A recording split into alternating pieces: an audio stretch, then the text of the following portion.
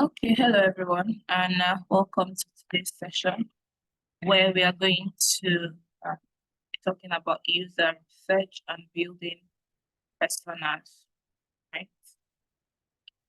So for this week, we'll be looking at um, product roadmap that will include types of products and the different types of roadmaps as well, and then user and research building persona, under which is going to have understanding customer pain points and needs, user research methods, which is going to include survey, interviews, competitive analysis, and then we have creating user personas and mapping the user journey, and of course, lots more. That's what we are going to be covering this week.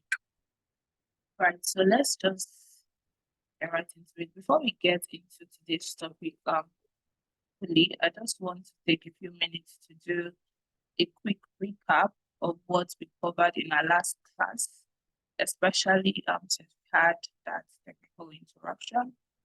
So yeah, if you remember, during the last class, we started by looking at the difference between the product life cycle and the product development life cycle. And as I mentioned then, it's so easy to make things because they sound similar, right? But they actually reflect two very different parts of the product's journey. So let's remind ourselves. The product life cycle starts after your product is launched and after you put it out there. From that point, you start watching how it grows, watching how it performs, how the market responds to it, and so on. We broke these down into stages, and we had the introduction stage where the product is new. You're trying to build awareness at this point, and at this stage, your adoption rate is still very low, and you're trying to push to get more people to notice your product at this stage. And then you graduate to the growth stage. This is where the product starts gaining traction, where people are discovering it, and your adoption rate is okay. My voice is cracking. Is it still cracking or breaking? Hello? Please confirm you can still hear me. It is. I mean,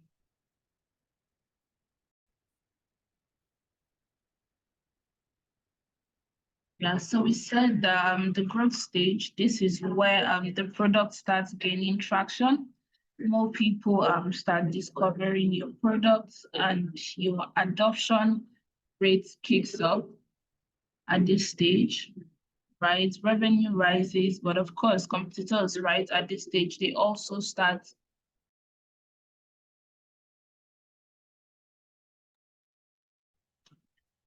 at this rate, competitors also start paying attention, right, to your product, which also it will help break into the next stage of maturity. Now, maturity is when the product is established, you've got a steady user base, growth begins to slow down a bit, but you're already working to maintain your position to keep customers happy and maybe look for new ways to innovate or add value. And then you come to the last part, which is the decline, right? When the decline stage comes, if nothing new is done at this stage, the product starts to lose relevance, right? At this point, your customers' needs, they begin to shift, and sometimes they shift very drastically. Your competitors, maybe they are now moving ahead and sales drop off and everything just becomes very slow. That is why it's called the decline stage. And if you remember, I mentioned that this doesn't mean that, the decline doesn't mean end of story for your products, as the case is. A smart product team can choose to reinvent, refresh, or pivot before decline really takes hold or settles in. Now, on the flip side, we talked about the product development life cycle. As I said last time, this is everything that happens before your product sees the light of day.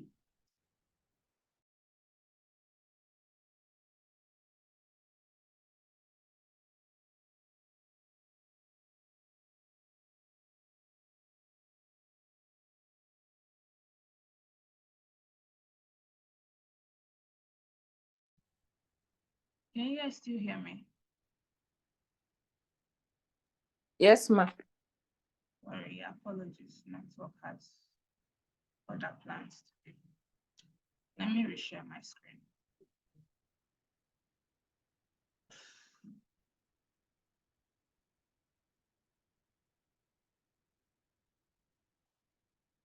Oh, you can see my screen. Yes, thank you.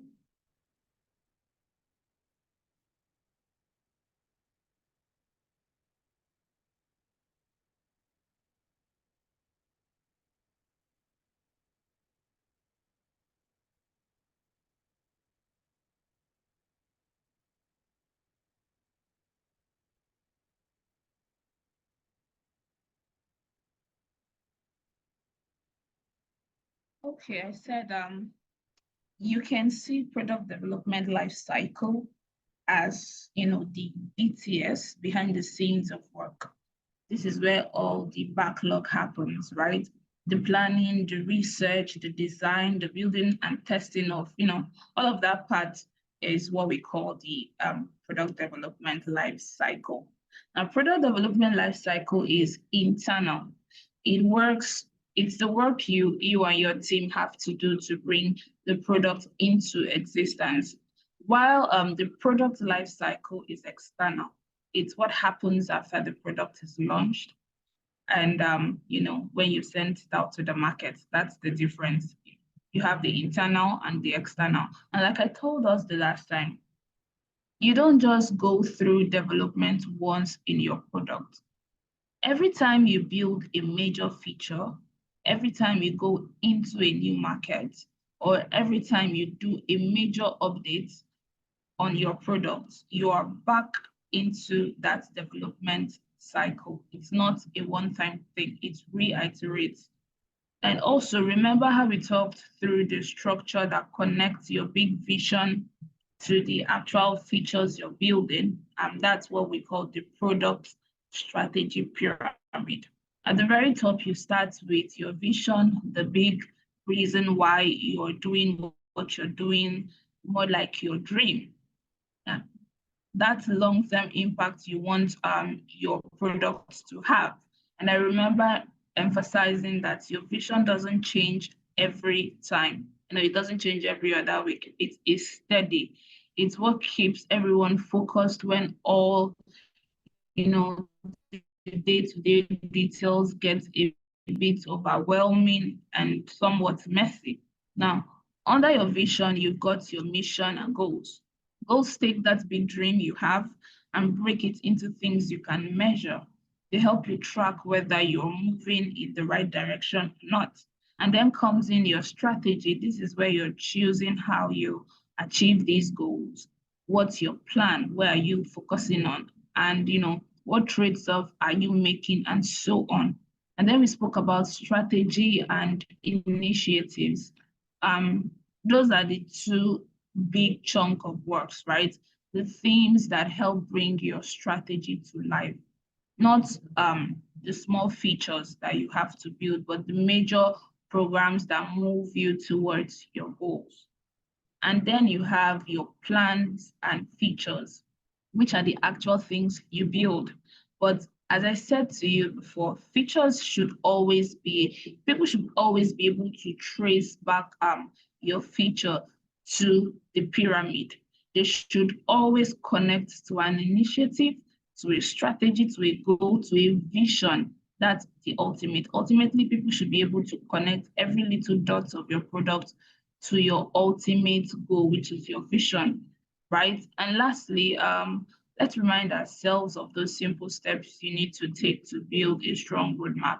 Now, we said that you start with your why, your audience, who the roadmap belongs to, you prioritize your team because you can't do everything at once. And then you get to stay flexible because your roadmap, like I said, is a destination, right? It's not a destination, rather, it's a guide to your destination.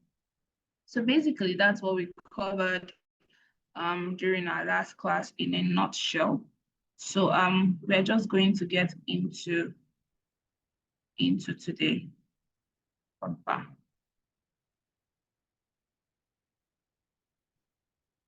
Now, all right, that said, as a product manager, right, one of the most important things you'll be doing is gathering feedback. You spend most of your time listening to your users, hearing what they're saying or what they are not saying, right? Paying attention to their pain points, their requests, their suggestions. And of course, those are very critical because if you don't listen to your users, how can you possibly build a product that meets their needs, right? But here's the thing, you can't just keep reacting to feedback as it comes and building new things on the spot randomly. You can try, but no doubt, for a while, it's going to feel like you're making progress, it's going smoothly. But very quickly, you start to feel overwhelmed, you start to feel lost. You feel like you're chasing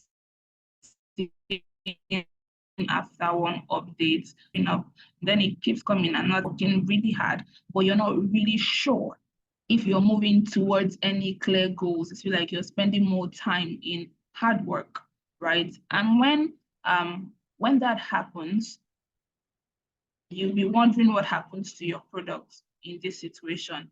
After a while, it starts to look a lot messy, like it's been patched up in different places, like you've added, different bandage to different leakage, right? Trying to fix things here and there, but not really building, with a clear plan rather in mind. And that's exactly where the product roadmap comes in. Remember, I said we're going to dig a bit deep to product roadmap today. That's where the product roadmap comes in. The roadmap gives you direction. It helps you see where you're going, not just where you are right now. It helps guide your decisions so that everything you do, every update you make, every new feature that comes in, every improvement is somehow connected to a bigger plan or to the bigger plan, right? I'm sure that the work you and your team are doing are going to be very, very sync, right? You guys are going to be in sync with a product roadmap. So instead of feeling like you're just reacting all the time, you start to feel like you're building with purpose, right? You're building with a lot more clarity.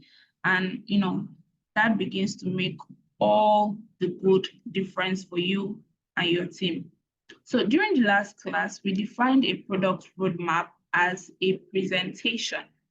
And most importantly, we said it's the communication of the product strategy of the company for a certain timeline. It could be maybe the next 6, 12, or maybe 18 to 30 months. It can take many forms, right? It can be a document, it can be a presentation slide, or it can be a NAT chart. We haven't gotten to the part where we're talking about NAT charts, right? It could be a NAT chart. And today, there are lots of online tools available that you can also use to, build out and showcase your roadmap with as well. Now, why are product roadmaps important? In the early stage of your career, you'd honestly wonder, why do we even need to have a published roadmap, right? Why does my team need to put this together? You feel like you already know what is going on. What you want to build. You know how it's going to be. Like you've already seen the finish line, but along the line, you realize that every team is busy. every member of your team gets busy, right? And they are probably focused on their own side of the work. They don't really breathe in and out a product like you and I do as product managers, right? That's why a very well published roadmap is critical and also so important to the success of any product team. Because what does it do? It promotes transparency across the organization, right? It aligns different teams towards a common goal. It inspires the organization. It creates excitement. I mentioned this. It creates excitement because when people look at the board and see their progress, sorry,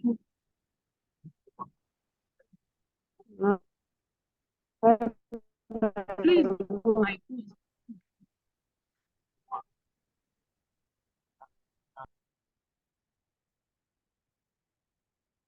okay. Please mute your mic. Okay, it creates excitement, about the future, and it empowers everyone in your team to be able to scrutinize, to engage with it, to challenge it. And that's a good thing. That's how you and your team get to move forward. Now, what influences the roadmap? Now, as we've established before now, each stakeholder is looking for something specific in that roadmap you've created. For example, customers want to know what they can expect, whether that's in the short term or in the long term. While prospects, those who are at the sidelines evaluating your product, they want to find out what new use cases the product might solve for them in the future. While investors, they want to see the strategic direction that the company is taking. And then you come back home to the engineering team. They want to know what technical competencies they are going to need in the coming months. And then you have the sales team who are here and they want to understand which features are going to help, fulfill the use cases they might have in their pipeline. Marketing, they have their own needs as well, right? All these sets of people want different things at different times, and it's your place to be able to differentiate it to them and for them, right? So what influences the roadmap? We have your vision, right? Of course, your goals, the external feedback you're getting from users, the internal feedback from your company, and finally, what your competitors are doing, because you cannot take them out of the picture. In as much as you're looking at your vision, you're looking at your goals, you're getting external feedbacks, you're getting internal feedbacks, your competitor analysis also helps you, right? Make good choices of what should be on your roadmap. Your roadmap should reflect how you're going to respond to your evolving competition. And you can't do this in one day. You've got to carve out time every week, ideally, basically, to look at what competitors are doing, what are your prospects saying about your competitors' product, and how do you compare, right? After looking at all of those things, how do you compare? Well, you compare by doing a feature gap analysis. There's something we call a feature gap analysis. You keep it updated. You identify the gaps, right? Feature gaps. Which gaps are you having in your product that your competitor is filling, right? You identify those gaps and you fix it. You work on it. You try to fill those gaps and many other analysis that you need to do, right? And I know I've said so much, which is all great, but the big question some people often ask is, if I wanted to make a product map, where do I even start from? And I know, but don't let it stress you, right? Product maps aren't built overnight. It's not something you do in one day, in 1 week, or even 1 month, right? They are the result, the only one working on it. Yes, as the top with you, right? So I'd like to get a reaction to know that we are all following. Kindly leave a thumbs up or an emoji on the chat section so that I know that we are all together. All right, thank you very much, Glory. Thank you. So it's just Glory I have. Okay. All right, thank you, Jennifer. Thank you, everyone. So let's continue. So let's take a look at the different types of product roadmaps. And I want you to pay close attention here because this is one of those areas where product managers sometimes they trip, not because the concepts are hard, but because it's easy to just default to one kind of roadmap, right? And just forget that you can and that you should, tailor your roadmap depending on your audience and your purpose at the moment. So let's break it down into 5 types of product roadmap that you come across, and let's talk about what makes each of them useful. The first one is the epics roadmap, right? The epics roadmap. It helps you plan and organize your upcoming work by grouping related features together. As you can see on your screen, right? It helps you group related features together. What an epic simply means is different types of features bunched into one, right? That is why it's an epic. It has not yet been broken down. Right now, this is really useful when you want to zoom out a bit. You're not trying to get lost in individual feature details, but you're looking at those larger chunk of work, those big themes or bodies of effort that will move your product forward. That's when you look at the epics roadmaps. Now, the next one is the features roadmap. And this one gets into more details, right? The features roadmap lays out the timeline when specific new features will be delivered.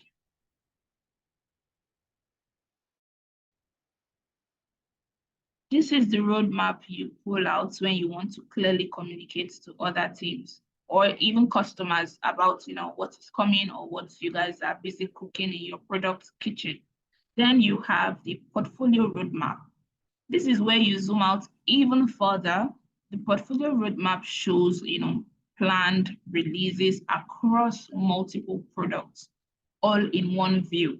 This is perfect for when you want to give your stakeholders or leadership that high level strategic overview. Maybe your company has multiple product teams or multiple products in the market. What the portfolio roadmap does is that it pulls those threads together. It shows how the different teams plan, how they align, where the big release falls, and how everything else connects to the broader business objectives. The next one, we have the release roadmap. Now, this one is all about coordination. The release roadmap communicates the specific activities that need to happen before you can successfully bring a release to the market. That's before you can successfully launch a product to the market. This is more about the steps required to deliver. And then finally, we have the strategy roadmap. The strategy roadmap operates at the highest level. It displays the big high-level efforts that you plan to invest in to achieve your product goals, right? This one doesn't focus on specific features or individual releases. It's more about the major initiatives, the strategic bets you're making or you're trying to make that are going to move your product forward for the better. This roadmap is especially valuable when you're representing or presenting rather to leadership. It helps your cross-functional teams stay aligned around the broader business strategy. It says something like, here's where we are, and this is what we're focusing our energies on, and here's why, here's how, and here are the goals that we have set, and so on, to basically help the leadership understand what you are working on or working with, right? So how to approach creating a product roadmap. All right, let's talk about how to actually approach creating a product roadmap. And I want you to also pay attention here, because this is where, you know, a lot of people also get overwhelmed, right? Because it looks like a lot of work, it looks like a huge task, right? Like there are so many moving parts, so many things to consider. And that's true. It is complex, it is dynamic, but that's why we are here to break them down together so you can see the structure beneath all those complexities, right? So where do you start? You start with strategy, right? Before you even think about features or releases or dates or anything else, you begin with strategy, right? That means you establish your product goals. We have talked about this. What are you actually trying to achieve, right? That's what you're trying to achieve. Pick up your pen and paper and jot some things down. Now, what are the initiatives that your work is going to support? You need to be really clear on that, because that's what guides everything else, your initiatives, right?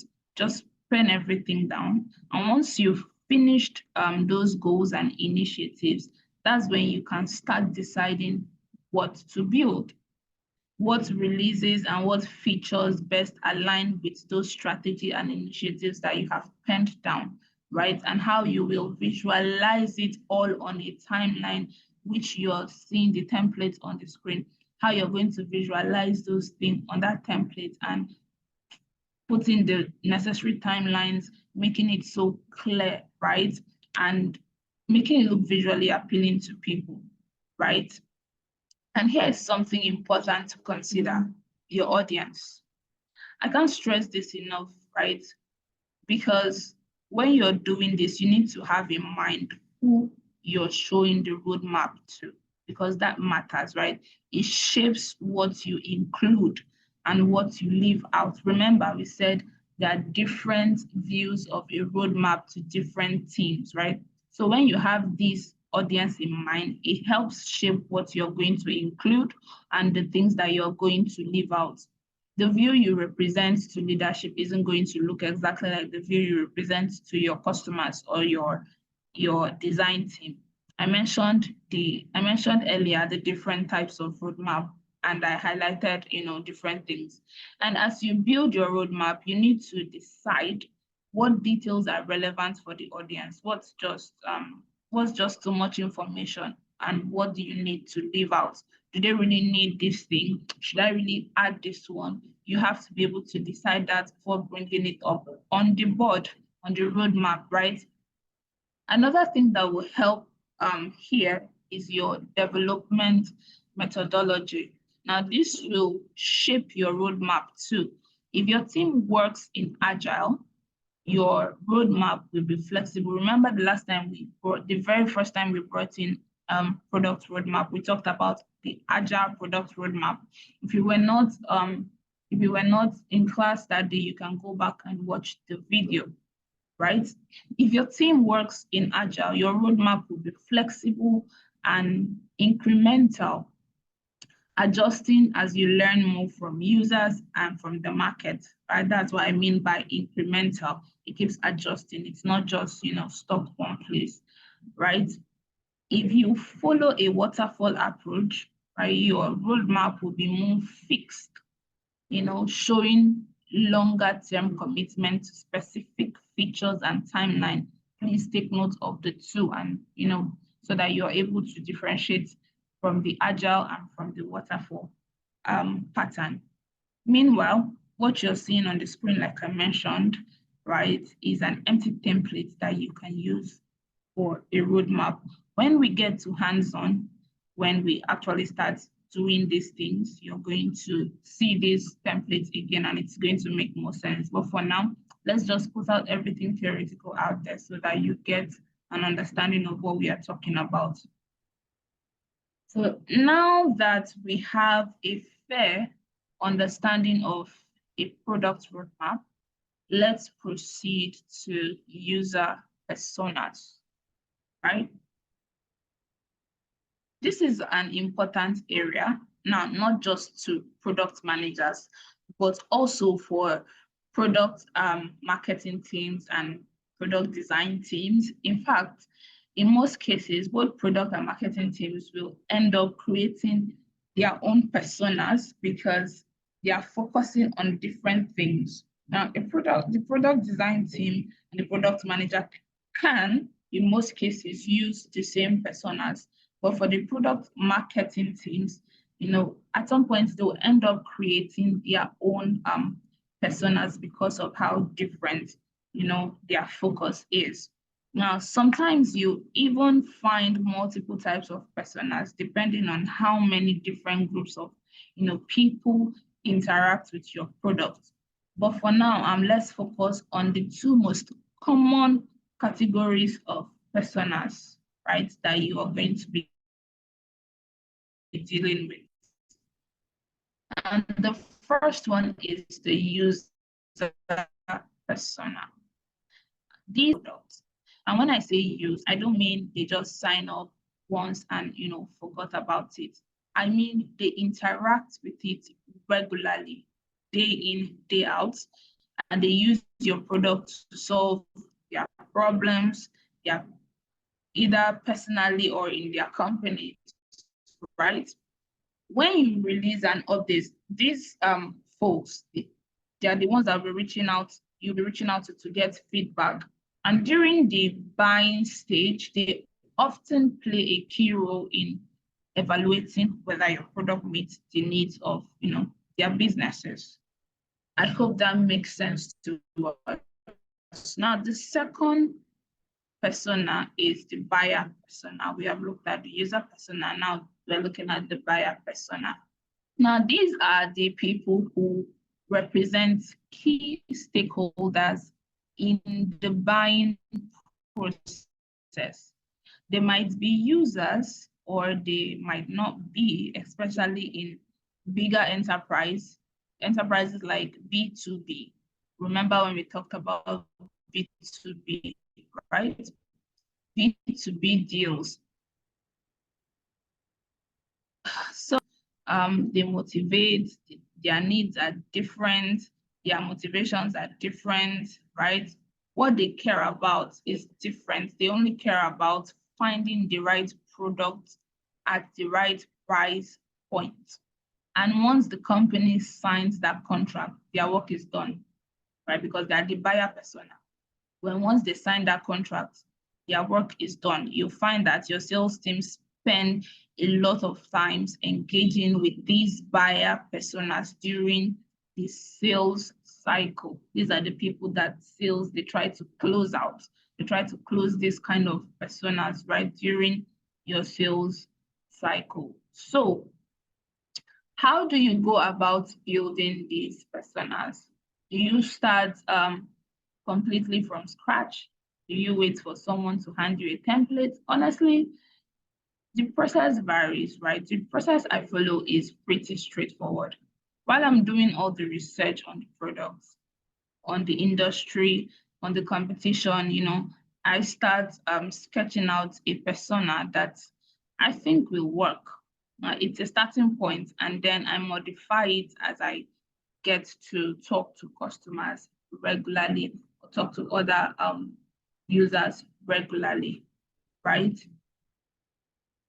All right. So now that we can say we've got a solid understanding of what user personas are and why they matter, let's look at why we actually need them rather, and most importantly, how we can use them effectively in product development. Now, the number one reason is precision in targeting. The first thing personas give us is precision. When we build a product, we're not trying to serve everyone, even if we would want to. Trying to do that almost always leads to a product that feels generic and doesn't truly satisfy anybody in the end. Personas help us focus. They define who we are building for, um, specific segments within our user base, each with their own unique needs, performance, frustrations, goals, pain points, and the rest. So personas helps us focus on these things.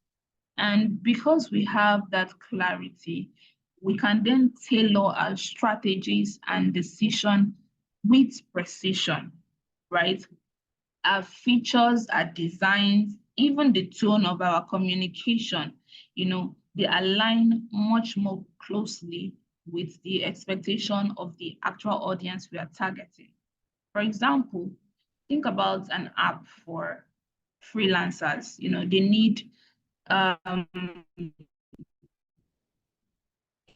side the needs of a side hustle, doing weekend gigs, someone who has a regular 9 to 5, but during the weekend, the person does, the whole regular gigs. Their needs are not the same, as managing multiple clients. If you try to build for both at once without clarity, you probably miss the mark for both of them. Now, having a persona, it helps you differentiate these people, and it helps you target them individually. You tend to cover more grounds for each of them. Now we have the enhanced user understanding, right? Personas takes us beyond surface level data, their location or job title. A good persona helps us see and feel the user's world. We feel their behavior, their challenges, and we get to understand their motivations. Right now, this matters because when we understand our users at that level, we start to build what we call empathy. And empathy changes how we design our products. It shifts us from just delivering features to create experiences that, actually resonates, right? Experiences that feel personal and meaningful, right? You might discover through your personal work that your user isn't just looking for a faster checkout. What they really want is a reassurance that their purchase, supports a cause they care about, that insight, just changes the way you build your products, right? If you see it from the user's point of view that, oh, I don't just want a product where I can exchange money and get goods, right? I'm looking for a product that, supports my cause or something like that. You need to be able to um, justify the user's sentiments, right? Remember, we are product managers, we are user-centric. And the third one is informed decision making. Let's be honest, product management is full of decisions, right? What features are we doing next? How do we prioritize the backlogs that we have? What's the trade-off? Are we willing to do this? Are we doing that? And so on. Now, personals give us, in as much as they may not really give us an actual decision at the time, but they're like compass, right? When you're faced with, tough choices, you can go back to your personas and ask, which option best serves this user's need? And you go back to check the information that you have, and it helps you, make informed and aligned decisions, right? And the beauty of that is it helps remove guesswork. You don't have to guess, right? Decisions becomes more grounded, less about opinions or less about, the loudest voice you have in your meeting room, and more about user-centered evidence, right? You can call it your evidence. And then number 4, we have alignment across teams. Personas don't just help you as the product manager. They are alignment tools. When everyone, marketing, sales, design, when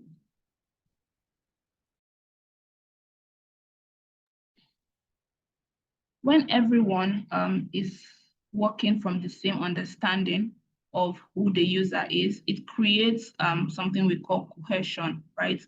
The messaging matches the product, the designs matches the brand promise, that is the vision, the goals, and the features that you're generating, right? They match what you want to sell. And that's very powerful because when your teams are aligned around the same user understanding, it shows in the product, right? The user can feel the consistency in design, the consistency in the way the marketer talks to them, the consistency in the socials even, right? And then we have risk mitigation. When we build without a clear picture of who we are building for, it feels like we are flying blind, right? Personas helps us spot risks early. They give us insights that help us anticipate challenges before they turn into costly mistakes, right? Maybe we realize our planned feature is way too complex for our target user, or that our pricing model doesn't really fit the budget realities of our core personas. The earlier we see these things, the easier and cheaper it is to achieve and address them, right? Now, example, imagine planning a feature that requires user to upload complex data files. But your personal research shows they aren't very tech savvy. And this set of people, they will probably enjoy simplicity more. That insight might help you rethink before you invest heavily in the wrong direction, right? You might rearrange your features to fit a more simple product for this set of people, right? And then we have effective communication. I cannot stress this enough. Every product has to communicate its value. And the way we do that in our marketing, our onboarding, even our interface, and some of the micro copy on our product, it all needs to speak to the user. You have to keep them in mind. I cannot stress this enough, right? Personas gives us that language.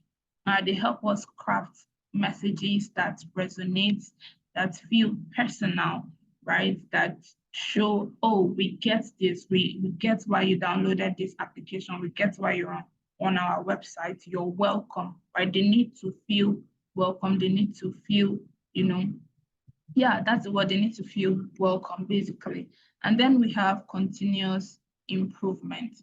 Just like your roadmaps, personas aren't static either, or at least they shouldn't be.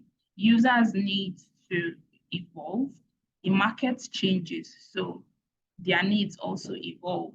Yeah, their needs changes. So your personas should also change, your roadmap should also change. As a new competitor enters, your personas should evolve to fit, those sets of people, right? Okay. Now, the process of creating user persona. All right, let's break down the process step by step while also keeping the product development front and center, right? To create a user persona, you start with number one, you conduct a research. You can't build a meaningful persona without data. Remember, you're acquiring data. So you cannot build a reasonable and meaningful persona without data. So you start with research. You gather qualitative data to make user interview, focus groups, direct observation even, right? You can also pair that with quantitative data, surveys, analytics, usage pattern, right? The patterns that these users, often follow, kind of apps they use, and so on, right? Let's say your team is building an app for an eco-conscious traveler. You'd survey users, right? You study forum discussions and interview people that are frequent travelers to understand their values and pain points. right? This is going to help you put together a good research that will help you in creating your user persona. And then you have analyze data, right? Analyze the data. Once you've collected those data, you've done your research, and you've gathered all of those data, you start looking for patterns, right? Patterns that will inform your product decisions. Where are the common needs? What goals do users share? Where do their behaviors lapse, right? How many persons like this thing? How many persons like this? What exactly do they have in common, right? Maybe you find that a big chunk of your audience cares about sustainability, but also care about the price,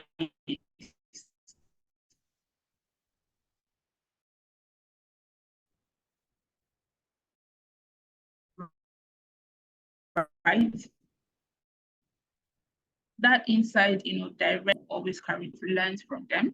You create a draft personas that represent key user types, right? Remember to focus on details that impact product choices like your goals, challenges, pain points, behaviors, needs, right? Include enough to make the persona useful.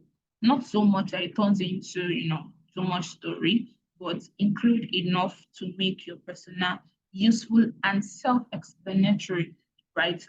People should be able to see your persona and, oh, it speaks for itself, right? You might create, let's say you create Gloria, a persona, Gloria, a budget eco traveler who wants affordable options that are genuinely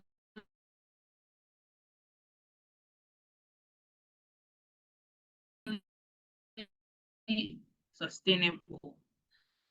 That persona helps the future, like, certification badges or budget filters and, many other features.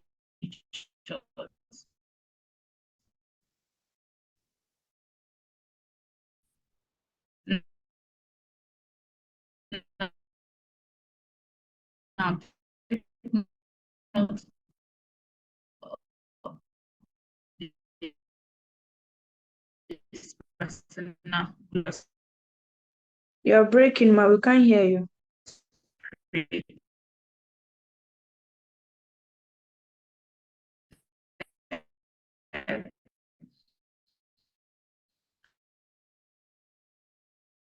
Now, moving on to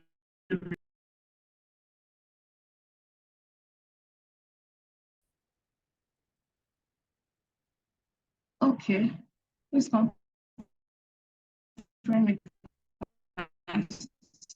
My screen. Yeah, I can see your screen, but you're still breaking a bit. Right, I'm just going to take it again.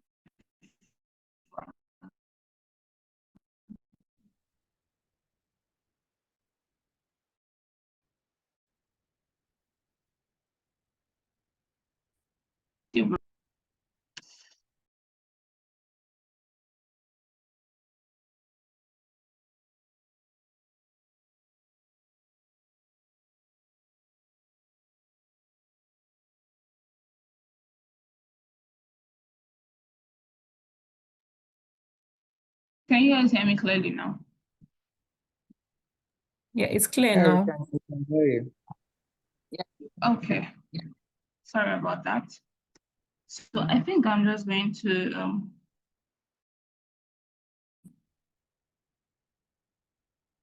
create draft personas again.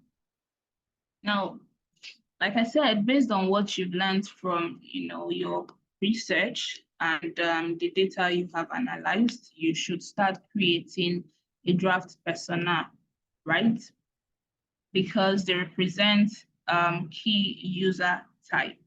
Right? Remember to focus on details that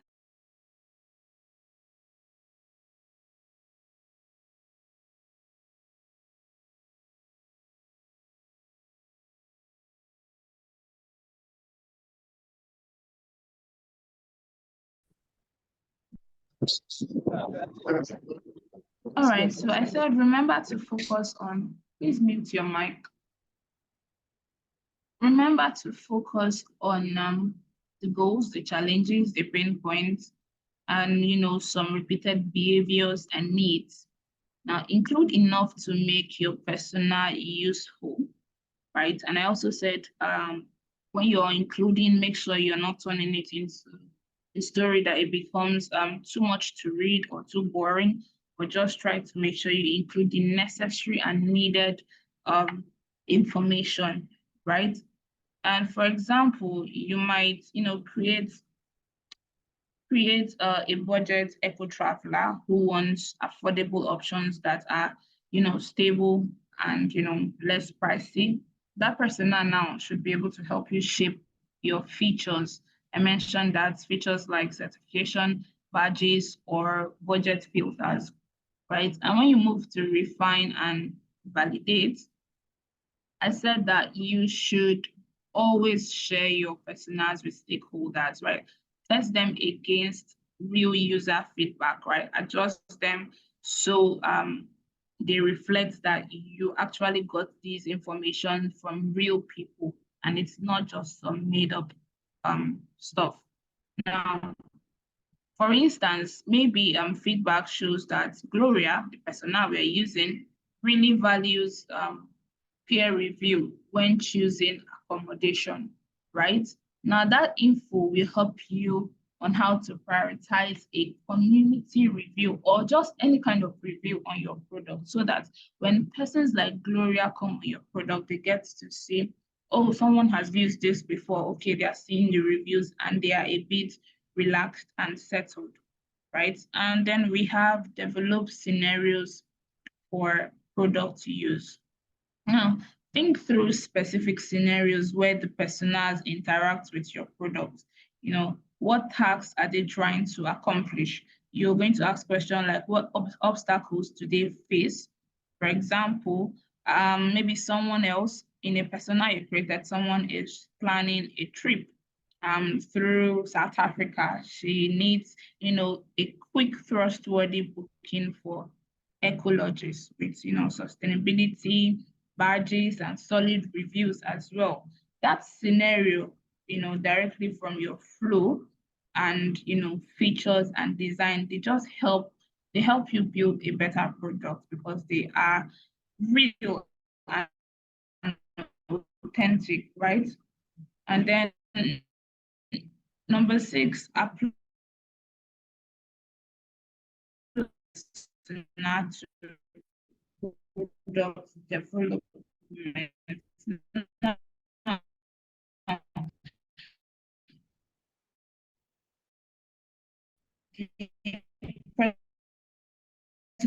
Now becomes like a tool that you get to use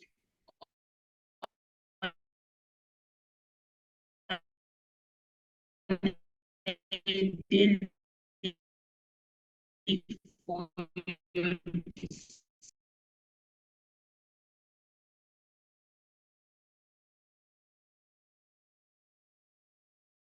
products, applying the persona for product development. All right, we said your personas become like a tool for daily decisions, right? You get to use it to prioritize the features that matches your persona's goals, choose design elements that feel natural for them as well. By looking at the persona, you should be able to choose different types of design elements. You'd also be able to tailor the user experience for better behaviors and preferences. Now, I also set an example. If Gloria cares about price transparency and sustainability proof, those features shouldn't be an option for you, right? They should be at the core of your product value, right? Because these are direct user personas, right? Now you have number 7, which is review and iterate. As your product grows, please confirm you can hear me. My voice is, oh boy. Can you guys hear me? I can hear you. I can hear you. Yes. All right, thank you. So review and iterate. As your product grows, keep your personas alive, right? Update them based on data. They are real humans you're using for your product. So as long as your product lives, those personas also lives, right? Update them based on new data, new user feedback, and every evolving needs of the product, right? Every evolving needs. So apologies, guys, for the whole network issues. So we are going to be stopping here for today and taking questions now. Do we have any questions before we go ahead? Questions, raise your hand, you know the drill. Any question? Network, charade. No questions. So does that mean that we understand everything I have said here today? That would be very good. All right, let me stop the recording. Okay.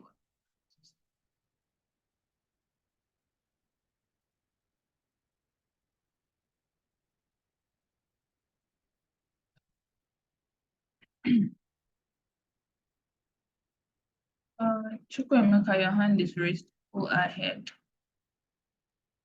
Okay. Thank you very much for the lecture. I listened to you ardently. I want to really,